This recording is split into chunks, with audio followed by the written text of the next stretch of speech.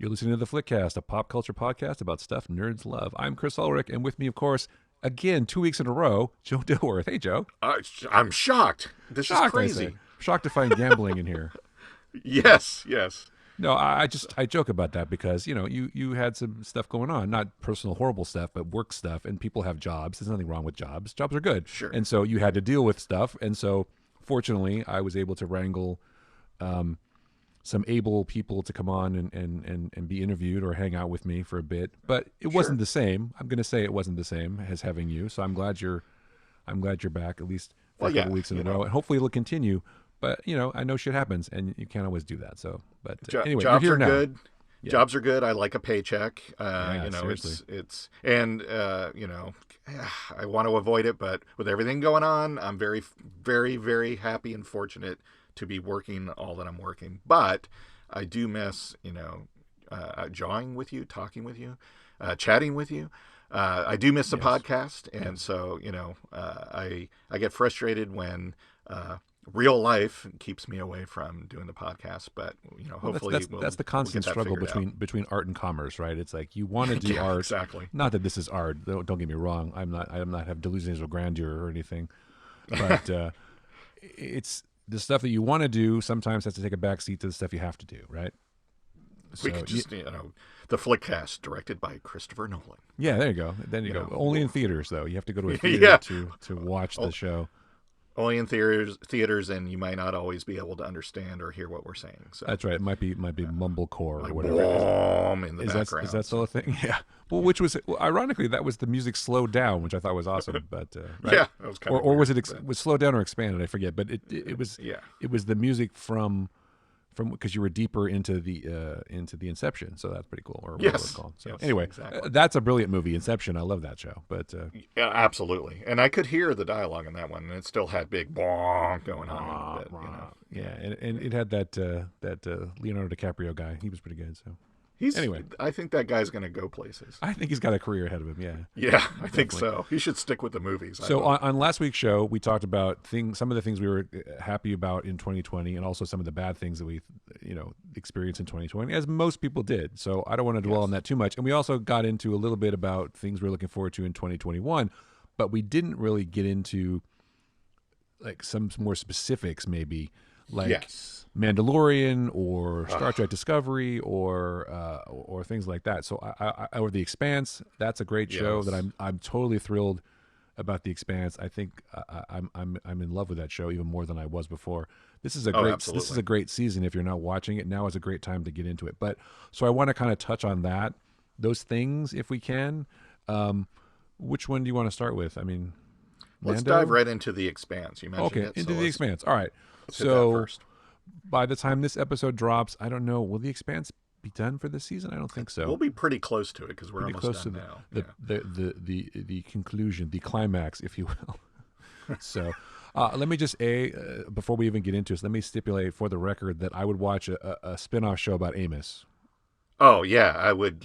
Yeah, if they did a show that was like 22 episodes a season and it was all Amos and his adventures, I'd absolutely watch just sort of sitting there going, are we gonna fight? I've got free time right now. I mean, it's like I will fuck you up, man. I have no trouble fucking you up.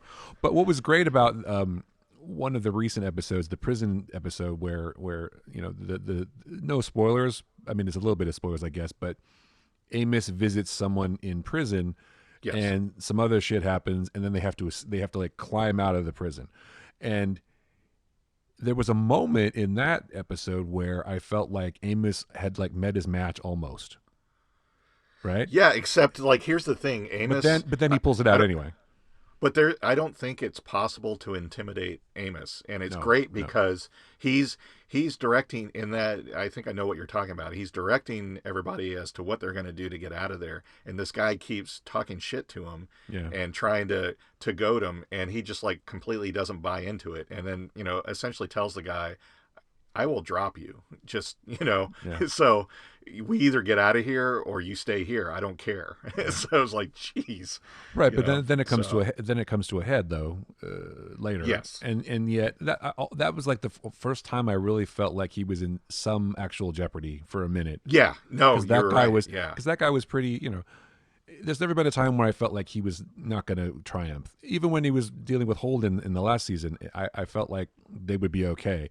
But this, and there's got to be some point where he's not going to, Well, in his character's arc, if you will, he's got to have his lowest point, right? He's got to have his hero's journey, because I think he's going to turn out to be the sort of the hero of the whole series. That's my feeling, but I hope so, because Holden is the hero right now. Holden is the good guy, right? Holden is the whatever you want to call it. The Holden started out as the hero, basically. Right, exactly. And Amos but, is actually evolving, I feel like, more as a character than Holden has.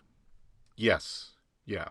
So I would agree, and I know about the second part you were talking about, where it looked like this could be it for Amos. Yeah. In fact, that may be. I wonder if now I have to rewatch the show to find out. That may be the only time we've seen in the show where someone had to actually rescue him, because he, for the most part, he's able to either fight his way out of a situation. He's usually the one doing the rescuing. Yeah, true. Or the one intimidating people, or the one taking charge. Which I think is interesting, because the next episode after that, when they're going through the forest and all that stuff, the scene at the end of the episode where he's sort of having his epiphany, if you will. Yes, I think that may have because he's been going on this sort of he's sort of devolving into his more primeval self, if you will, because he's on Earth, he's got to survive and whatever, and then he's like, oh, wait, maybe that's not good. And it was interesting, the person that he mentioned as his person that wouldn't like that, which I thought was really cool.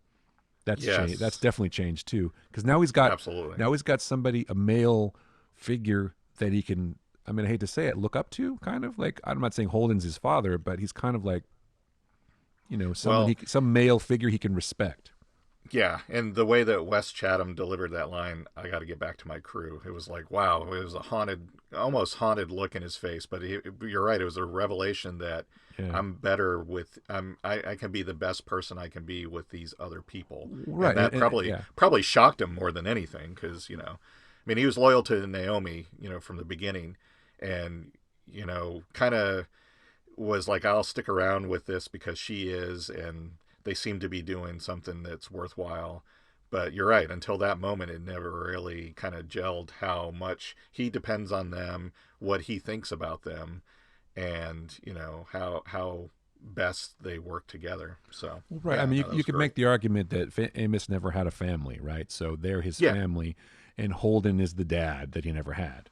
Yes. I mean, I hate to put it that way. I'm not trying to make it Freudian or anything, but Naomi was more like they've been through some shit together, and he trusts her, and he will, stick up for her and follow her, because he didn't really have anything else better to do in some ways. That's kind of his mentality. I'll follow this person who seems to be making sense, and I'll support them, and I'll latch on to them, and that's my, touchstone to civilization or reality or whatever, and I'm going to hold on to them really tightly. And then he was able to switch that to Holden, and now Holden is his touchstone to humanity, because as the episode ends, it's like, holy shit, I'm going back to the way I was before. I'm losing my humanity. I'm more of a killing machine, an unfeeling survival robot, if you will. And I've gotta get back to my crew, which means I gotta get back to, I gotta become who I want to be. And I think he wants to be good. Yeah, he's not good, but he wants to be good. I think he's learned that over the course of the series. So everything he's been through what we've seen is, kind of led him to that moment of that's my family, and that's where I need to be. And I was like, man, that was just really cool. It was a great payoff. Really awesome. He's doing a great job with it too. I've been a fan of the actor for a long time. I think I'm trying to remember when I first saw him, like on The Unit, probably when he was on that show. Yes. He was in Tenet for about 10 seconds. He was, yeah. No, I think he does a great job, and I'm sure there's a part of the audience of the Expanse like, oh, good, we're carrying down the second till Amos takes off his shirt, or to Holden takes off his shirt. So in that particular episode, we're talking about Amos gets down to his underwear, and I'm like, people are like, yeah, awesome. And the crowd went wild. He must work out a little. I mean, I'm just saying, he's pretty fit. He's such a fascinating character. Like the scene where he's on Earth and he goes to talk to the guy dealing drugs, and the guy's like, back away, and opens his coat to show his gun, and Amos just grabs it and beats the guy with it. I'm like, what the hell? It's like, that is just. Well, the thing is, you can say, I mean, he's a survivor, right? He's gonna survive no matter what. But I guess my question about Amos, and fortunately, The Expanse has got one more season to go after this one. Yes. And then we'll find out what happens to the characters. And I've never read any of the books, so I don't know what happens to him in the books, if anything, which I assume something happens. Yeah, I don't either. I've never read them. So, which I want to do at some point. Maybe after the series is over, I'll go back and read the books. But I wonder if he'll make it, though. I wonder, and I'm just speculating now, I wonder if he'll survive the entire show, or will he sacrifice himself finally and do something completely selfless to save everybody else. I kind of feel like it might be going that way, because once he realizes his humanity, because as a character, as a person, he's done a lot of bad stuff. So can he be redeemed ultimately by, can he really change, I guess is the question, or can he be redeemed ultimately by sacrifice, or because he's not really the bad guy, but I wouldn't say he's a good guy either. He's a guy with a code, right? He's a gray area hero, whatever. Yes. So he's definitely got a code. Anti-hero, whatever. Yeah. So, but can he be allowed to survive, I guess is the question. Well, I think he's absolutely the character that has to make the ultimate sacrifice at some point. But it's got to be, to me, because he's discovering his humanity, it can't be, I mean, it's got to be like a Miller type sacrifice. It can't be just, well, I'm going to give my life to save Holden. It's got to be to save like everybody, the galaxy or whatever, it's like he's got to be the one that sets off the bomb that destroys the gates or something like that, because there's an alien invasion coming. I think it would be too small for him just to sacrifice himself for one character or even the family he's with. It's got to be huger stakes. For the Rossi or somebody, or for everybody on the ship. Yeah, I agree. Yeah. And I like the fact that they split everybody up too, because if you think of a show as an entire arc of people's lives on the show, they started off apart and they gradually came together, and at some point you have to get them all apart again so they can come back together, sort of for the ultimate. I don't know if you'll see everybody in the ship until like the end of the season, maybe, or if they'll even be together in the end of the season, at all. But I love I love how they're doing it. They were all together last season, kind of, except for Naomi. I forget if she was on the planet or not. No, she was on a different. She was. No, she was on the planet because. Was she? Okay, I can't remember. I think she had to. No, she did leave because she couldn't. Being a belter, she was having problems on the planet. That's right. She ended up hooking up with a drummer, and that's right. Yeah. So, I think that I love the way the show's going, and this season in particular is definitely I'm enjoying a lot. I'm enjoying it a lot. I thought I didn't like the other ones, and the funny thing is, not funny, but I went back and started the show again, and before I started watching this season, because I hate the fact that Amazon just drops one episode a week. That bothers me now. I know. It's like, don't do that to us. Give us the whole all. season. Do them all. Let me decide if I want to binge them or not. Yeah, exactly. Damn it. So I went back and started over again, and now there's so many. I feel like there's details that I missed originally that I'm picking up now, knowing how the show progresses, and I'm enjoying it even more. And so all that's like Miller's character. I never felt as much for Miller as I did for like Holden and those guys. I felt like they were more of my people on the show than Miller was. But now I kind of have more of an affinity for Miller, knowing how it ends for him, and his interactions with everybody is more interesting. And I'm picking up more of the whole, the idea of the belters and the whole politics of the thing. And I'm terrible at pronouncing her name, Asarala. God darn it. Avasarala. Thank you. Yeah. She's amazing. I'm totally digging her character even more than I did before too. And that actress has done amazing work this season too. I mean, she's gone through a lot of shit, and the fact that she's like stepping up to join the government again and being a key player in the whole universe, as she should be, as it was supposed to be. And so they're really pulling all those threads together well. And kudos to the writing team and to everybody. I think they're doing a fantastic job. If you're not watching The Expanse, you're totally missing out on some really good hard sci-fi, awesome drama with a heart. And I hate to say it like that because it sounds facetious, but it's a fucking good show and you should be watching it. It's an extremely well detailed show that has just an amazing world built already when you go into it. Fantastic characters. I mean, these are not, for the most part, I don't feel any of these are cliched characters, but they're very, very three dimensional and have a lot going on. And it's just, I don't know, it's fantastic. It will be a series, even after it's done, that I'll rewatch a lot because Yeah, I think so. you Yeah. know, like you said, every time you watch it, you get something new out of it. One thing I do know about the books, and this is not a any kind of story spoiler or anything, is that so the sixth season apparently is a natural place to end the story because this after the sixth book, the seventh book starts like 30 years later in that universe. Hmm. So the writers, it's two writers, although it's one name, are pretty active on Twitter, and so are some of the producers, and they're kind of hinting that, yeah, you know, sixth season is the last season of this story, and they've kind of been hinting that there's more. You know, they may do something elsewhere that picks up. The story with the seventh book 30 years later. I don't know. Oh, I don't that'd be know what cool. that, you know, I have no idea what that entail, whether it's another series for another network or whatever.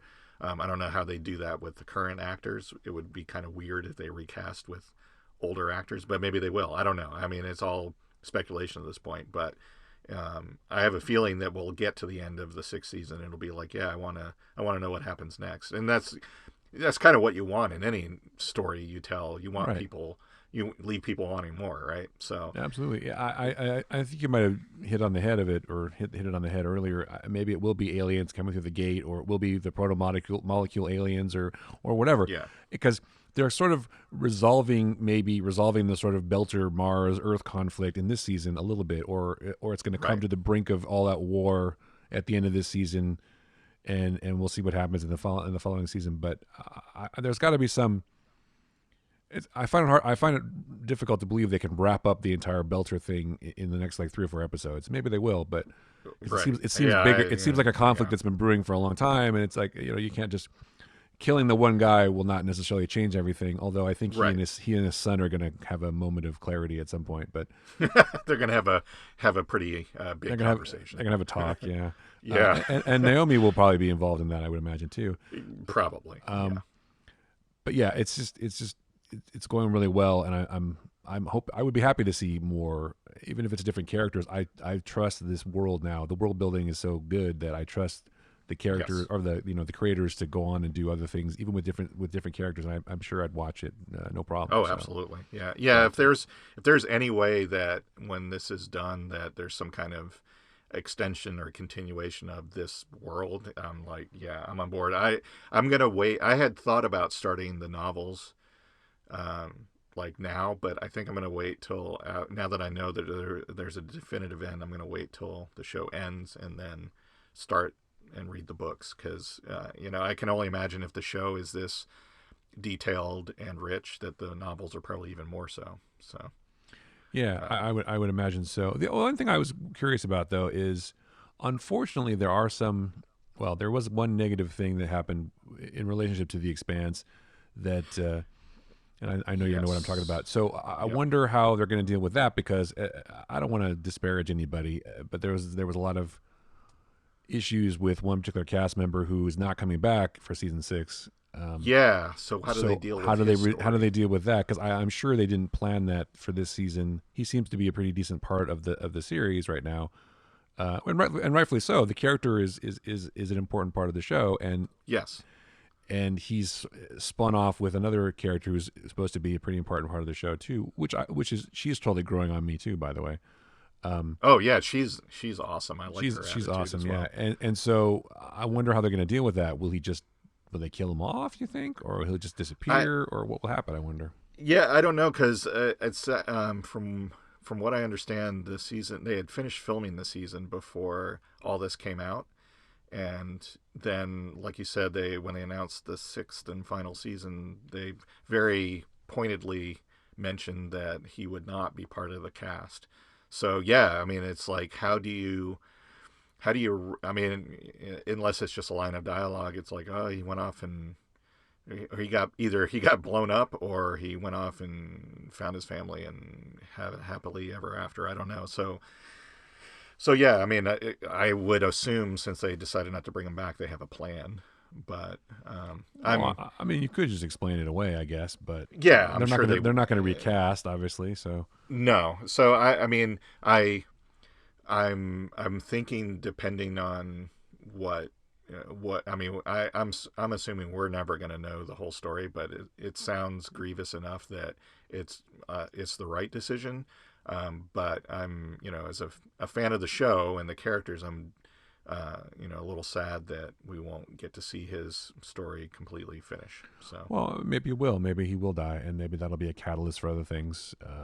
Could be in the next season, because if you're not going to recast the role and you're not going to have the role continue, then I think it would almost in some way be worse to have him just disappear, and no one ever talks about him again. It's like, I'm not trying to be coy and vague or whatever. I mean, we're talking about the character Alex on the show, and so it's like, who's going to fly the Rossi?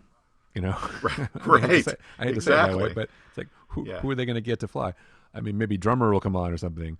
Or Bobby. Bobby, sure. I mean, can Bobby fly? I don't think she can. She's more of more of an on the ground kind of type, kind of person, I think. But I mean, who knows? I am sure they'll do something and do it as cleverly and elegantly as they can.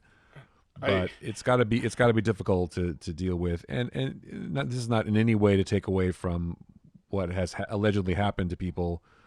And no, it's just a dumb show, and people shouldn't, Yes. He's in the wrong, clearly, it seems like. So I don't have a clear example, but I know there's been times in the past where an actor has been forced to leave a show between seasons or has decided to. And then there's always at the beginning of the season, there's always some mention of, oh, they went off and did this. Yet the primary conflict of the show is still continuing. And it's like, that's completely out of character for that person to have just gone, yeah, you guys carry on the fight. I'm going to go off and have my happily ever after. The nice thing about this show is, with everybody split up, in theory, it's not as big a deal. I guess they could figure out a way to do it. So I don't know. I don't know what's going to happen. We'll see, obviously. But, obviously we'll see. But when we'll get season 6 is anyone's guess. Who knows? I suppose they can go back to work, but if they're, I'd rather. I think they have already gone back to work on the Expanse, from what I understand. Well, that's good. Well, I guess we'll be safe, everyone. Take precautions, obviously. So hopefully we'll get it around the same time we've been getting them in December. So we'll see. Yeah, I guess in some ways it's nice that Amazon is doing this, piecing them out every week, because I would have probably watched them all by now, and then I'd be like, oh, and then I got to wait another year for this, or more, or more. So, maybe they have our best interest at heart in the long run. Hopefully, maybe. I doubt it, but it's still not okay. But I don't like it. But it's the one show, I know we got other shows to talk about, but the one show that I haven't heard about them going back into production, but they typically take 2 years to do a season, is Westworld. I haven't heard anything about that. I don't know that people were clamoring for another season of Westworld as much as they might have done earlier. I think the sort of, for some people, the sort of shine of that show has gone away. Okay. I don't think. I think, at least in my limited experience from what I've seen, it seems like people didn't like this past season very much. So, or it went in a different weird direction, or whatever. It was unsatisfying in some way, so they're not as excited about it as they used to be. Which happens. People are fickle, but I'm more interested in. I mean, I like Westworld, but I honestly am more interested in what happens next on The Mandalorian. I'm more interested. And as we record this show, Star Trek Discovery has just finished its season. Yes. And I'm like, was that the end of the show? Because it kind of... It could have been. It kind of felt like it was sort of the end of the series. I don't know that it is, but it kind of felt like it was, in a way. Well, it's not. They're shooting the new season right now. I know, but didn't you feel like that was closure for a lot of stuff? Oh, I mean, they wrapped it up. It's like, oh, Saru's doing this, and this is person's doing this, and she's finally in the big chair, and it's like, no spoilers. I'm sorry, but it's that just totally could have been the end, and it would have been satisfying. And she got her catchphrase, and Yeah, Saru that was was trying to awesome. figure one out, and he never got his because he wasn't his destiny to be the captain, I don't think. Right. Eventually he figured that out. So his destiny Well, was to help rebuild his people. So they're shooting season 4 now, and they say that Doug Jones is still a member of the main cast. So I don't know what kind of dynamic they work out if he comes back to the ship. So well, he was number 1 before, right? So maybe he'll be number 1 true. again. Yeah, So that's true. they seem to change command structure on the Enterprise on the Discovery frequently. So It's a new captain every season. new captain. So. What I'm waiting for though is because they talked about this character an awful lot. What I'm waiting for, well, are they going to do the Giorgio show? Yes. First of all, Yep. but what I want to know is when I'm trying to remember the character's name now. Darn it! And they talked about it so much in the episode where Giorgio kind of goes in, not back in time, but into her universe and tries to figure out why she's Lorca? dying. Yeah, they mentioned Lorca a lot in that. A shit ton, right? I really expected that he would at least make a cameo appearance or something. Well, maybe they're saving him for season 4. Maybe. I mean, it's funny because Jason Isaacs has been speaking a lot lately about wondering where Prime Lorca is, and if he's still alive. And then when playing coy when they're like, well, Strange New Worlds is the Pike show's going. Is there a possibility you might appear on there? And he's been very coy about that. And it may just be him being him, which I kind of suspect. But science fiction and Star Trek being Star Trek, it's quite possible. You saying he's angling for a new job? Well, that or he already knows he's got it, and so he's just being coy about it. So I hope so. I thought he was great in the show. I thought he was a great character. But Prime Lorca would be great to see. He could definitely come back, and that would be an interesting juxtaposition after everyone's dealt with Lorca from the other dimension. Yeah, to have him come back and be totally different, right? And so, much like Giorgio, it'd be fascinating to see him get to play the different version of the character. So I would watch that. We were speaking about arcs on Expanse, and I really have loved Mirror Giorgio's arc on Discovery. Yeah. And I thought it ended in a perfect place. I'm excited to see where she ends up and what her Section 31 show is actually going to be about, because now it could literally be about anything at this point. Who knows where she ended up. Right. I love that they brought back Guardian of Forever too. That was cool. That was so cool. And it looked the same too, which I was like, yeah. Because I was like, who is this guy? Speculation, and actually my wife was like, is that Q? And I'm like, well, I don't know. It could be. I mean, I thought of that actually. I was like, oh, is this a Q? But no, it wasn't. Yeah. So, no, that was especially when he introduced himself, and they actually had the audio from the episode of I am the Guardian of Forever. It was like, oh, no way. That was that was a great reveal. It was. They handled it well, and I think Michelle Yeoh is awesome. I always have, and so getting to see her be in the show was great. I wonder if the show will suffer a little bit without her. I don't think it has, but I wonder, because she was such a great part of it. Oh yeah, it's going to be weird not having her on there. Although she could come back, I guess. They made some other great callbacks too during the season. Like they had the Spock from the Next Generation episodes that he was in, trying to unify the Romulans. I mean, we got to see Leonard Nimoy as Spock again. That was pretty amazing. Kind of some nice little callbacks with the future Federation ships. The Voyager J. It's like wow. And they did a nice little excuse me. They did a nice little tribute to Aaron Eisenberg, who played Nog on Deep Space Nine. He sadly was one of the people we lost in 2020. Maybe it may have been the year before. But he was main character on Deep Space Nine, and so then we had a future Federation ship that was named the USS Nog, and it was the Eisenberg class ship. And I was like, that's a nice little tribute. So, yeah. Well, people always talk about how Star Trek is a family, even behind the scenes too. I mean, Will Wheaton always talks about that when he's doing like the Picard after show and stuff, and he's mentioned on his socials a lot, and I think that's probably true. They want to they honor people who were with the show, and Yes.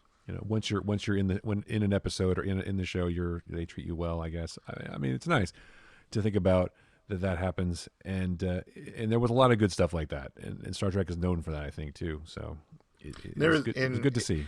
It was a huge deal this year that, I mean, the cast and characters of Discovery have always been very diverse, which has been, to me, a highlight of the show.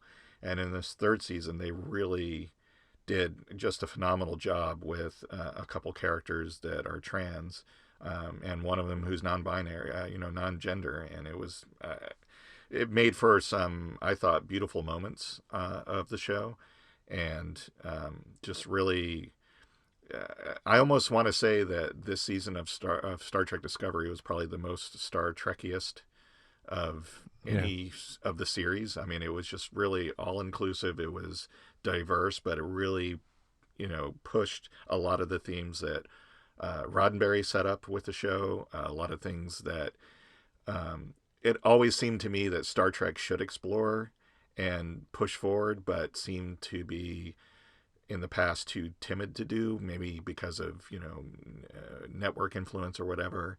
And this year it just kind of felt like, in this series in particular, that they've been free to really show us a better future, really discover things. Yes, if you will. So yeah, it was just, I don't know, it was a fantastic season, and I'm very excited the show's sticking around and that we're getting more Star Trek. So yeah, I don't really follow. I haven't been up on the news about the show, whether it was coming back or whatever. So when I watched the finale, I was wondering, because there's a lot of, it's a finale moment. Definitely a lot of finale moments. Even the quote from Roddenberry at the end is like, well, "This is what Star Trek is about," or "This is whatever." And I was like, "Wow, that would be an okay place to end the show." I mean, I'd be bummed out because I'd like to see more about what happens, but it felt like a natural place to end it. And she's doing her voiceover and talking about what people are variously updating everybody on what's been happening, and so yeah, I mean, I'm glad it's coming back. So it'll be interesting to see how they get everybody back together. But that's just as easy as exterior or interior bridge day or whatever, and everybody's on the bridge and they're doing their shit, and it's like you don't have to explain it. People are back to work, right? I mean, it could be next season could pick up. I mean, between the first and second episode of this season, a year passed, so it could be 6 months later, and exactly. Or there's some emergency that brings them all together, or whatever. Because we're not done with a lot of stuff. I think there's still things that need to be resolved. So I thought the bad guy or bad girl, whatever, the Chain, I thought was a good villain for this season. Yeah, and I thought the addition of the character Book, I thought he was a great addition to the show, and obviously he's going to stick around probably. Yeah. And Grudge the cat. I mean, come on. Grudge the cat. Yeah, I'm not a cat fan, so I'm not a cat. He should have been a dog. I'm sorry. That's a big cat. Holy Star cow. Trek needs a dog on the show. Yes. There needs to be a dog on the bridge. The captain's dog should just be chilling. I did like the Osira, the leader of the Chain, showing up, forcing her way into Federation to negotiate peace treaty. I thought that was different than "I'm going to blow you out of the sky," and stuff. Right, but then she didn't get her way, and so she started to fight. But she obviously had an ulterior motive to it. But then when it was pointed out that the only way to do this is for you to stand trial, she's like, yeah, F that. Yeah, but I'm not going for that. But Oded Fehr as the Admiral Vance, he's fantastic. Bring him back too. Yeah, I bring them all back. I think he's coming back. I mean, there's more to his story. There's still, to me, kind of this hanging, unsaid thing that either there's still something nefarious going on with the current Federation, or they did some really horrible things in the past to survive, that they're trying to make up for, or something. There just seems to be something dark there that's kind of not dealt with that would be interesting to explore. That's possible. I think part of what he's hiding, though, is what happened to his family. That line that he said about his family Yeah, completely yeah, reminded me of Jensen in the first Iron Man movie, where he's like, "Yeah, my wife and child are not here right now, but I'll be joining them soon." right, So to exactly. me, I'm like, they're dead, They're dead. Yeah, and yeah, and that's so a very. I mean, I'm not trying to talk about religion or anything, but that's a very somewhat religious thing to say, or somewhat if his character is supposed to be of Arabic descent or whatever, that's kind right, of like I'll right, join them in the afterlife kind of thing or whatever. yeah, they're not I here right now. They had to go away, but I'll be right, joining them. Yeah, yeah, exactly. Which means in some ways he's kind of a wild card character because he might not care so much about dying, exactly. which Yes, I think makes him more interesting. That scene made him more. I felt like he was sort of there was more to him than meets the eye, and I think it's partially because Oded Fehr is a fine actor and handled the scenes very well. But I think that there's just more to his character, and I hope that, like you said, if they're bringing him back, that's great. I'd like yeah. to see more from him, but I think you're absolutely right. I think they are dead, and I think that Well, I spoilers think that something's going to happen to him, and there's going to be some more of a desperate thing. But I agree with you too. I think the Federation is a great idea and a great ideal to aspire to, but I definitely think that there's some dark shit in the Federation's past for sure, but also in the Federation's past since the burn and everything. And there's going to yes, be some yes. revelations about that, and it's going to be like Burnham and company are going to be like, wow, what are we, why are we Well, supporting something that's done all this? yeah. Maybe we need a new Federation, a different kind of Federation or whatever. So maybe I Well, don't know. and it kind of seemed to be what he was hinting at. Kind of like, you know, the way we've been doing things is just how we've been doing them, and they're not and they haven't been the right way. Meaning they probably have been doing some hinky shit to keep going, and Burnham and company kind of brought, kind of reminded them of what they should be and brought new hope, a new hope. A And new then hope? next season, The Empire Strikes Back. No, just kidding. Oh, Kind of renewed, like, no, that's the way we should be doing things. So yeah. yeah. So I think as they go around from planet to planet, they're, Well, yeah, delivering the because lithium, they're going to find out some shit, and it's right, not going because to the go well. Discovery represents Starfleet as it's in an idealized way, right? Right. It's the idea of what Starfleet should be, and so they had to come to the future, and now he's like, oh yeah, that's what we're supposed to be. I forget, Yeah. and so we gotta. Although I gotta be honest with you, I don't like the gray uniforms. Not to nitpick, but those didn't do it for me. I'm okay with it. No To one looks me, no one looks good in drab gray. It should have been blue. Or with okay, the so gray uniforms and the color stripe down the side, it really reminds me of the Space 1999 uniforms, and I'm well, it okay with does. that because It I does like a little those. bit. Yeah, that's So true. That's true. But those fit in with the sort of 70s, 80s setting of Space 1999, or when it was true. made. The style of the clothing was the future. But Star Trek, they have their jumpsuits or whatever. But I don't know. The gray thing was sort of weird. Why did they change their uniforms? It's just strange. I don't know. I Whatever. don't It know. doesn't matter. Here, so one little interesting thing for Christmas, I got the big coffee table book, The Art of Star Trek Discovery, Oh, fun. and it's I haven't even gone through the whole thing, but it's really great because it talks about all aspects of the show. And they talk about the uniforms in it, and they said, people often ask us why we went with the blue uniforms we did, and they apparently, so originally they actually had designed uniforms much like what we saw on the Enterprise in the second season, but at the time the ones they had designed, they screen tested them, and they were like, they just looked horrible with against like the ship corridors and the lighting and stuff like that, so they completely abandoned those and went with the blue uniforms they did. And when they came up on season 2, they realized they had to do the uniforms they originally wanted to, so they put some work into it and made them look as best they could, but minimally use them. And I just thought that was kind of interesting, especially now that Yeah. they're going to be doing the Pike series. It's like, so do you have to rethink your sets and lighting, or how's that going to work? But Well, yeah, it all has to work together, right? So to yeah, look for all as those good as people that possible. were like, why didn't they have the original uniform colors? It's like, well, that's why they just didn't work well. So Well, I mean, Next uh, Generation had different uniforms than the original Star Trek, so it's like, yeah, well, I mean, they still had the 3 primary colors and stuff like that, but they had the space jumpsuits, which were weird. yeah, But which you had to pull down every time you stood up. So yeah. Oh, and that was the other Riker thing. was always adjusting his suit. Well, that was the other thing. They said they learned their lessons from previous shows, and so the tops, even on the blue uniforms, are basically these jackets, and they have these little fasteners at the bottom that hold them to the belt, so they don't have to tug them down. I'm like, well, Although that's that, that's a I love detail. how Frakes just made that part of the character. That's Wrecker's thing. He just Yep. Every time he stood up, he just adjusts himself. He's like, I'm too fucking impressive for this, and when, he's when Riker did that, or threw his leg over a chair, you knew he meant business. it's right. He knew, and then when he grew a beard, and he was very serious. So That's right. Yes. So, but yeah, who was our I don't know. Yeah, who's our Riker on the show? Who's our Riker on the show? Yeah, I don't know, but maybe it's Book at this point. But yeah, probably. So, but yeah, I was very satisfied with the show, and I was very satisfied with. What's funny about this show too is that I knew I was going to enjoy it because I enjoyed the theme song. Is that silly?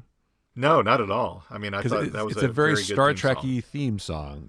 Yes, it's well done, and the whole thing is just.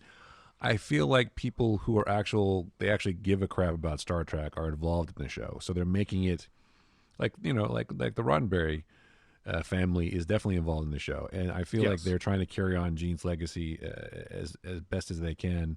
And it's nice that it's on something like CBS All Access. Like I made fun of that a little bit when it first started. It's like, oh, they're trying to get more money or whatever. But now, in hindsight, it was a good move because they can explore a lot of the themes like you're talking about for this season, especially all the inclusivity and sort of the idea that families evolve organically in a lot of ways. And it's like, oh, you don't have a mother and a father or whatever you're supposed to have. So we're just going to become this unit. We're going to sort of adopt you like the Doctor and Steinmetz did. They sort of melded with these other people and said, you're part of us now. The acceptance of that and how it evolved, I thought was really well done.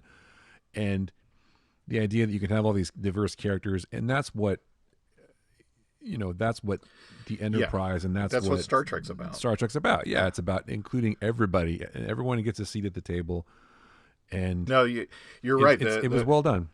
The fact that they were immediately like, we're your family, and even when Adira was talking about that they saw, their dead boyfriend, they didn't like treat it like, oh, you're just seeing things. They are like, it is actually a thing. So the fact when in the season finale when Culber actually saw Gray and then like immediately hugs him, it was like that was just a great moment. Yeah, that was a really great scene. Yeah.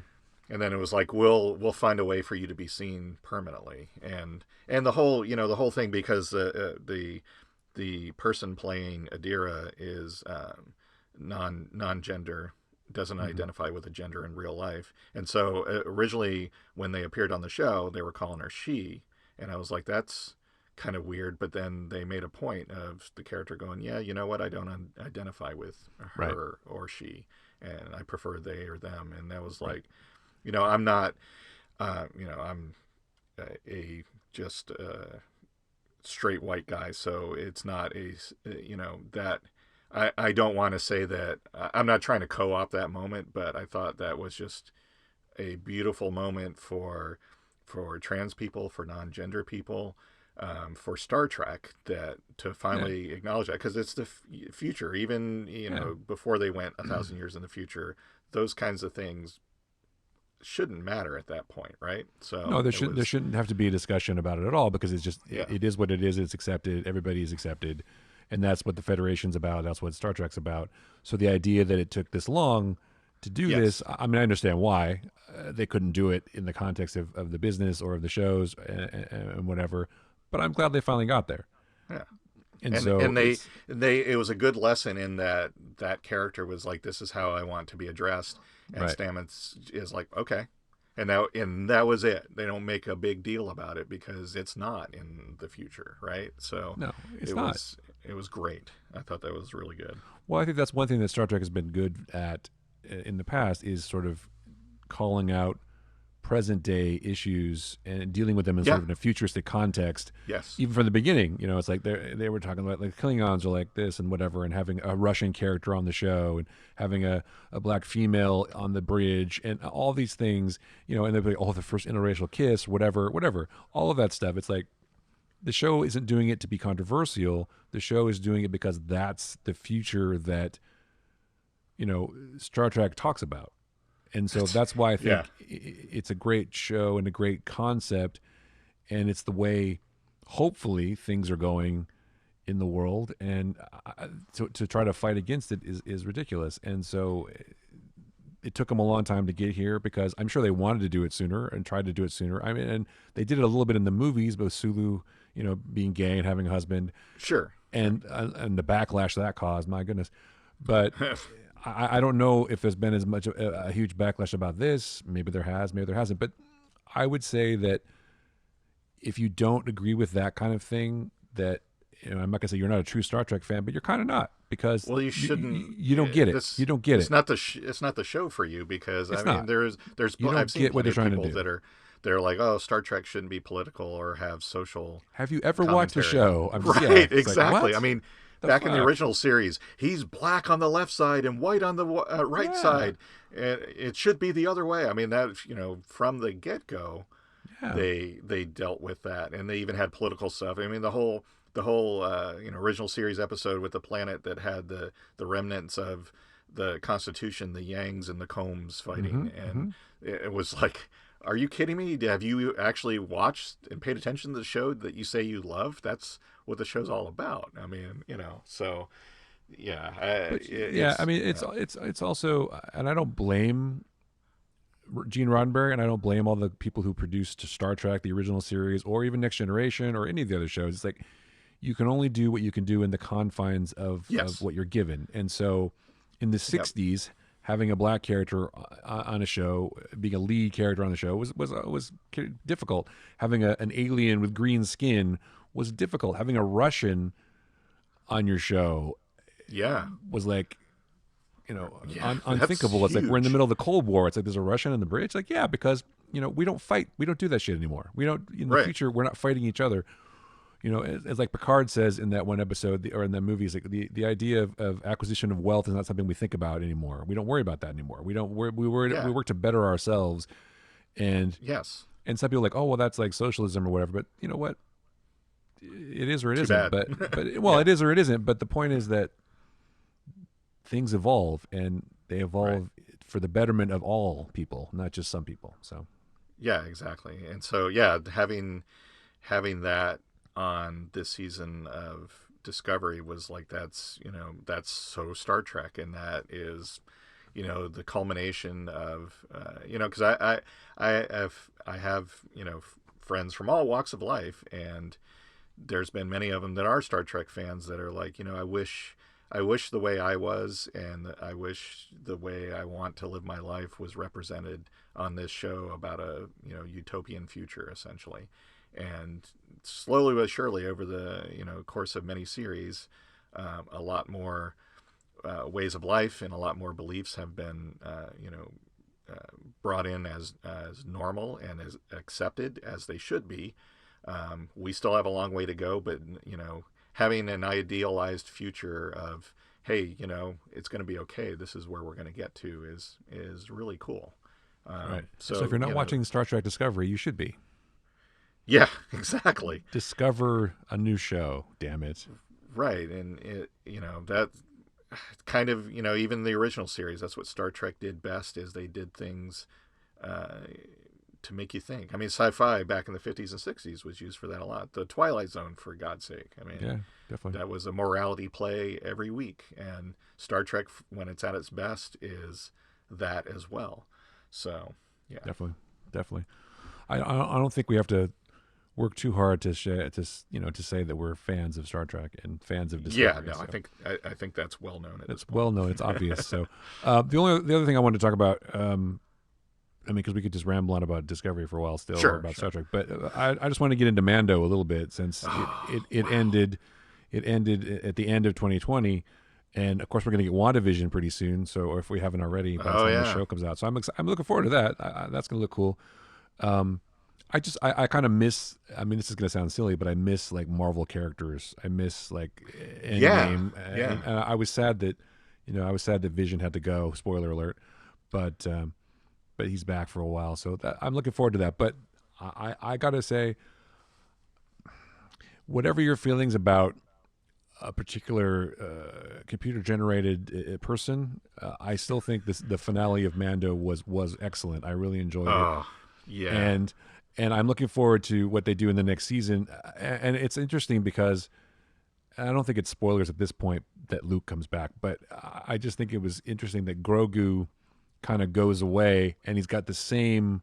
He's hanging on the back of Luke, just like he was with Mando, and it's Yeah. the same picture of him or the same shot of him basically when he was being saved by the Mandalorians at the beginning, or not Yeah. Grogu, but it's the same when Mando was being saved by the Mandalorians. So it's all this Yes. sort of idea of family, again, an extended family, but I don't think that they're going to be separated forever.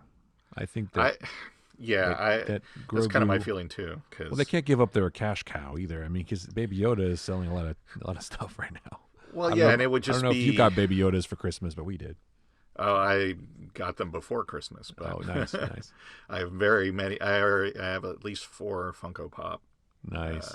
Grogu's. So Somehow we got the big sort of the real one, not real one, but the big life oh, size one. It's actually staring at me over at my desk on my side desk. The eyes are nice. looking at me. They follow you everywhere. But yeah, it's funny. But yeah, he can't be off the show. But I love Ahsoka Tano. I love that whole episode. I love that they brought back. I mean, he Luke's face looked bad. It didn't look great, and which is weird because the freaking deep, whatever they're Deep called, fake thing. deep Yeah. fake things look so much better. But How you know can what? I didn't care because I'm like, it's Luke. Oh my god. I cared a little bit only because I'm in the moment, and then oh no, this again. Like you said earlier, a new hope. It's like oh man, it looks terrible. It took me out of the moment, man. But I'm actually really surprised. at least I R2 looked figured good. I was waiting at any moment because he was waiting through the droids. I was just waiting for any moment that it would be like, and then he gets back in his, X-wing and takes off after he destroys them. I was surprised they actually like, no, here he is, and here's R2. It's like, holy cow! Yeah. So, It was cool. Of course, it brings up a question of what happens after that, right? Because there's been speculation what happens to Grogu, like when Luke tries to start the Jedi Academy, and then when Ben, Kylo Ren, yeah, well, when Ben at the time yeah. they have their conflict, and what happens to Grogu? Is he still there? Does he get killed, or who saves him, or what happens? So I'm kind of curious if you have any thoughts about that. I don't have a theory behind that, but I agree that I don't think you can have Grogu not appear in the show anymore because I mean it's like that's a story thread that you can't tell me we're never gonna see what happens with that because that would be just like really he's just gone now. So that I mean, unless you plan on you know ending the show right there, because that's, and I know they're they're not doing going another to, season though, right? but So yeah. it's Mando completing his mission, I suppose, making sure that he's in the hands of his new family, the Jedi. But I don't know. But I honestly, in some ways, I feel like it shouldn't have been Luke because if it was a different Jedi, then you can make the Well, case where when some bad shit happens and the Jedi are having problems or whatever, Grogu needs help, so we can go get him. But yeah, is he but going here, to Coruscant to learn how to be a Jedi now? I mean, what's going to happen? I don't know. right. Well, here's my theory as to why it had to be Luke, because of what they've built up with Grogu, and we care about that character so much, and it's been obvious that throughout the show, he Mando is his protector, and Mando's not going to let him go, and the only way he's going to be safe is when he's like right by Mando. Anytime he's been away from Mando, things shit's gone wrong. And the only way we know he's perfectly safe in the show is next to Mando. So it couldn't be just like some random Jedi or even like Ezra Bridger from Rebels or something like that. It's if he goes with Luke that Luke is such a iconic good character that he's going to be okay. I mean, yeah, stuff happens later with Ben, but that I mean, in my mind, the only person he could go with that he's going to be safe and taken care of with is Luke. Anybody else, it would have been like, Or Obi-Wan, well, maybe. is he okay? Is he going to be all right? Well, Obi-Wan's dead by then. So Is he? Oh, I guess he is. yeah, this is 5 years after Return of the Jedi. So Obi-Wan's already gone. So literally, it could That's a only good point. be Luke that he goes with that kind of in your lizard brain that that's Luke Skywalker. He's safe. So Well, I think that's true, but I you know, think it would have been an interesting way to go if it was another Jedi, and then you don't know if he's safe for sure. which would also Yeah. mean Yeah. that there's a reason that Mando has to spring into action in the next season and go get him, go save him or Yeah. whatever. Because I'm not totally vague about the timeline of Star Wars, but I know that you're right.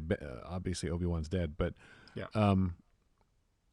so I guess Luke is one of the few Jedi's left at that point. So it could. Yeah, that's the other thing too. Is like, yeah, there's really nobody else Well, that. I thought it interesting though that Ahsoka said that she can't train him too because she left the Jedi Order anyway, Yeah. but Yeah. also it's like I feel like Grogu is like a little bit of clay or whatever. He's not good or bad at this point. I think he's really Right. vulnerable to turn to the dark side maybe.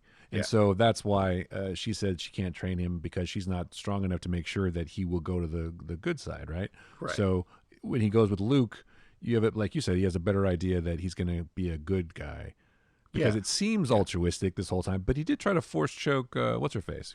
Yeah, he did. Yes, he did. Which force choking is actually more of a Sith power, right? Right. So, Although well, Luke has used used it on, yeah. on those androids. So, but I mean, it's usually associated with Sith. Well, more he used than it on Chaos. the Gamorreans too in Return of the Jedi when he went to Jabba's palace. Did he So, choke them out? That's true. He did in Return of the Jedi. You're absolutely Yeah. right. That's right. Yeah. He did. So, but yeah, I mean, like I Well, said, but at that point, Luke wasn't a Jedi, right? it's kind of Because he hadn't faced well, the yeah, Emperor. yeah. So, But like like I said, for Star Wars fans, when you see Luke Skywalker, you automatically know well, he's a things good are guy, going to be okay. No, So, I agree. so I think that's why it had to be Luke. I'm just surprised that they went there. I was really, really surprised by that. But You don't think you it was know, also fan service because now Luke gets to show what a badass he is? sure. And it's like I think that Favreau and Filoni have done a great job of, they spent the first season establishing the show as its own thing, and then the second season, they gave a lot of fan service in this one. Ahsoka, Sure. Bo-Katan, Luke. Boba Fett. Mention Boba Fett, that was huge. Mentioning Thrawn, so yeah, I mean there was like Well, but Filoni's gonna do all the things from Clone Wars, right? So that's why Thrawn's gonna yeah, be a character in the next season, probably, and also in the Ahsoka and show Ahsoka, too. yeah. Yeah. But it never felt to me, and they said these other shows are everything's gonna kind of intertwine into a bigger story, which I'm also excited about. But it never felt like they were like, and now here's so and so. It kind of all flowed. I hate to use the word organically, but none of it felt forced or out of place to me, and it was just great seeing. I mean, Rosario Dawson was just amazing as Ahsoka. So No, that was a really good episode, and the way she's introduced in the show, and the way all that stuff happened, it was really well directed, really well written. She was excellent. That whole episode was great. I will say there was some sort of unevenness in this season. Some of the episodes were much better than others. I feel like okay. they weren't all winners. In some ways they were, but some of them were sort of like the Spider Cave episode, which although scary and everything was sort of filler in a way. I felt, and so I know they were building something big, and the payoff was great.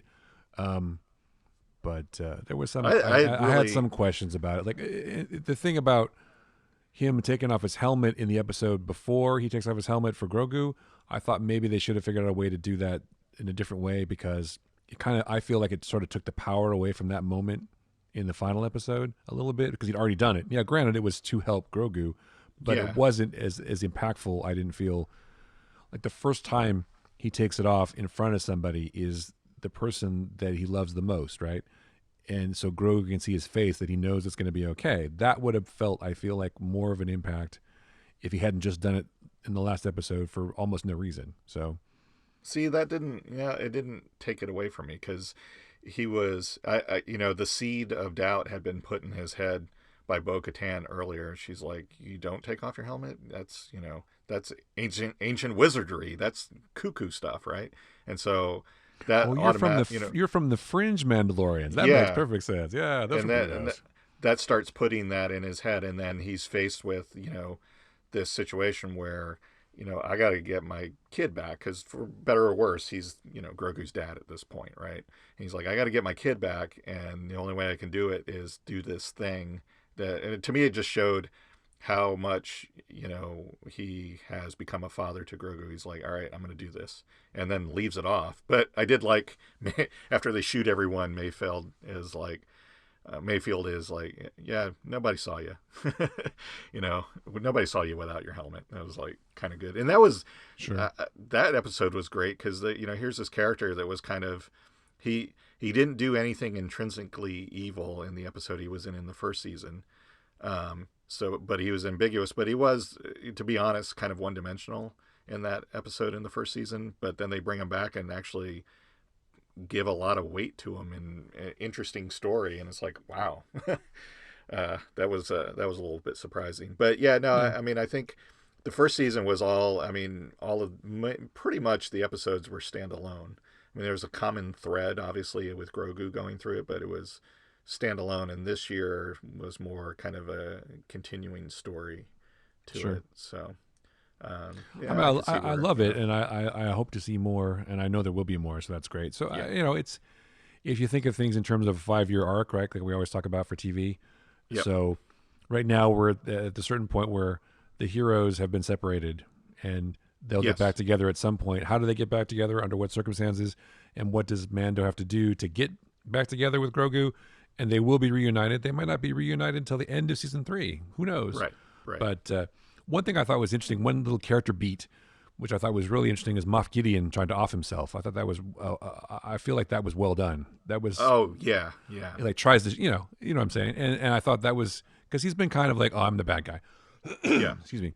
But that was very in character, I thought, for him. And Yeah, absolutely. No, that was a good, it was almost thrown away a little bit, but it was interesting. I wanted to remark on it. And of course, what's going to happen between Mando? Mando's got the Darksaber. He could take over Mandalore now, in theory. And they just need to they just need to fight, and he needs to let her kick his ass, and she takes the sword. So well, I know, but I sort of felt like that was a tiny bit convoluted. But you need conflict or whatever. But who cares? You got to see Luke Skywalker kick some ass, so that's cool. yeah, So. I mean, it seems like the whole Darksaber thing, it wasn't that cut and dry. Well, it's not that way in Clone Wars, yeah, at all. Yeah, I mean, because I think Darth Maul gets defeated, or somebody defeats somebody, and then they just hand it over to somebody else, and it's like Right, no and big then deal. they hand it to her, and she takes over. Yeah, and it was so, like, why couldn't they do that here? So well, because there has to be conflict. That's why. well, that's true. So You're making it. It's a show where all your characters can't get along, and now you set up this thing where Mando is coming into his own idea of what a Mandalorian really is, and then you've also got Bo-Katan, who believes in her birthright of rulership. So it's like who's really going to be, who really deserves to be in charge, right? well, So, and I'm kind of wondering too, what is there left to rule, because what was we it? don't know. Boba Fett said that Mandalore, Empire basically turned it into glass, meaning they bombed the shit out of it. So what's left to actually rule? Well, is it more of like the idea of Mandalore than anything else? But Maybe. But yeah, I don't know. That's another thing to explore for season 3, which I'm sure they will.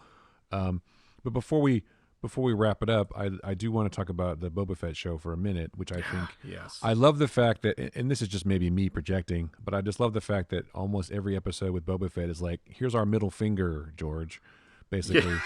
And Yes. I know I've said that before, but I feel like Boba Fett is one of those characters that was so built up and then given such an unceremonial death and like a throwaway bullshit thing for a joke that it always bothered me. And I know that's silly because it's a movie, but it's just, here's this badass character that you just get rid of for a sight gag and a burp joke. And now the fact that he came back and he's a badass, and you see why he has the reputation that he has, because he kicks a lot of ass and he takes a lot of names and he kicks the shit out of stormtroopers, and that's fan service, I know, but it worked for me. And the fact that now he's going to have his own show, I'm totally down with it. And Ming Na's going to be on it too. I love her. I think that's awesome. So cool. I love it when people who I like and admire as actors and people, because she's a great person too, get work. And Tamora Morrison is awesome. He's a really great guy, and he doesn't get the parts that he should get, I think. And the fact that he has to go back to a 30-year-old character or whatever and have a series for him, I think that's awesome. Oh And yeah, I think it's wonderful. Yeah, and I will totally watch the shit out of the Boba Fett show. I'll watch all of it. I mean, the Ahsoka show is gonna be good. I'm assuming, and maybe this is a bad assumption, but I'm assuming the Rangers of the New Republic is probably gonna be something that Cara Dune goes off to kind of headline, because it would make sense with her arc in the second season as well. I would imagine so, although she has some trouble in real life, so we don't Yeah. know what's going to happen. You know, Disney doesn't like controversy, so we'll see. True. I do like that all Excuse these me. characters that we built up in the Mandalorian, a lot of them are able to go off to their own shows, and most likely, I'm sure, like, Grief Karga is going to be a staple in Mandalorian going forward, because Carl Yeah. Weathers seems to enjoy the role, and he's been directing as well. So Yeah, good for Carl Weathers, man. He's another person yeah. who's cool and a nice guy in real life, and kind of doesn't get a lot of work either. I think it's great that he's working, Yeah. and So it's a great character for him, and he does a really good job in it. And his episodes that he directed, I thought were really good too. I like too the people they sneak in that are either must be friends of Favreau or Filoni, because now I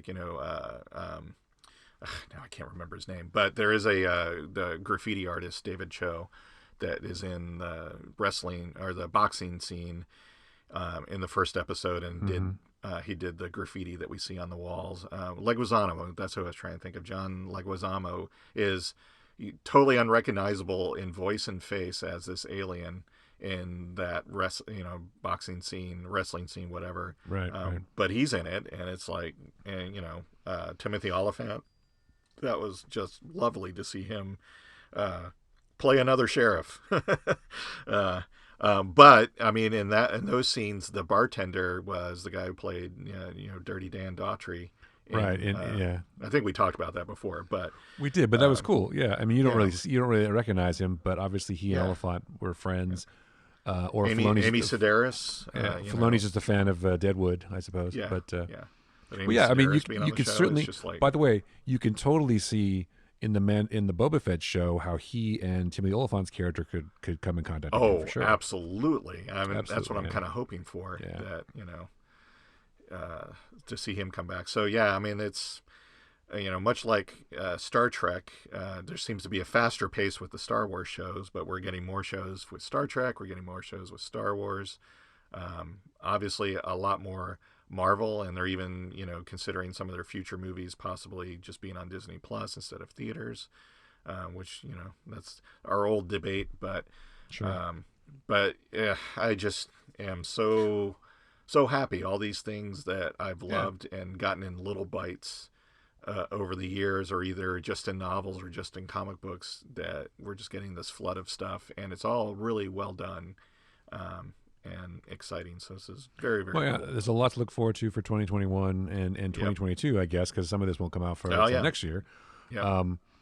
But yeah, like I said, we were talking about, we got WandaVision coming up, and then we've got Falcon and Winter Soldier, and we've got. I keep wanting to say the Falcon and the Snowman. Me too, yeah, me too. But and more Marvel shows, Loki show, and we've got in theory Black Widow might come out eventually. Yeah. And then of course a lot of movies and more TV and more seasons of things. Yep.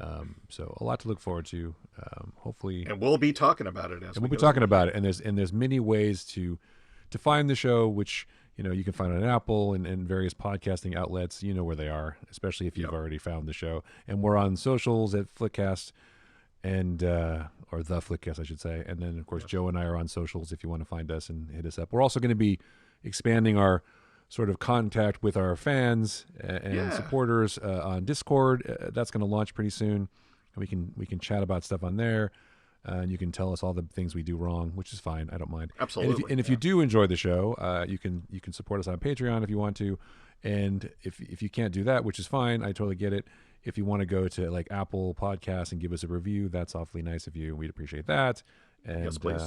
Any feedback is appreciated. Like I said, even negative stuff is fine, because everyone grows from negative things to maybe we're doing something wrong. Who knows? I don't know. But you can hate listen to us. That's fine too. Exactly. Hate listening is a thing, right? So we talked about that last week, I guess. But if we, anyway. any wars between true Flickcast fans and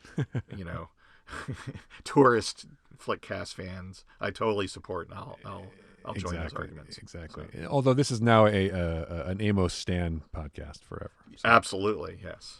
So I will totally be down for any show which expands on Amos. I will totally watch that. And Avasarala, I'd like to see them together, like a buddy show where they're, because he should take over. I know we talked about the Expanse already, but he should take over for her spy guy. I can't remember his name. The character's name. Man, he was fantastic. I was sad to see him go. I was sad to see him go too. I thought he was a great character. I think that Amos should work for Avasarala all the time. Like he and Bobby should just go around doing missions for her.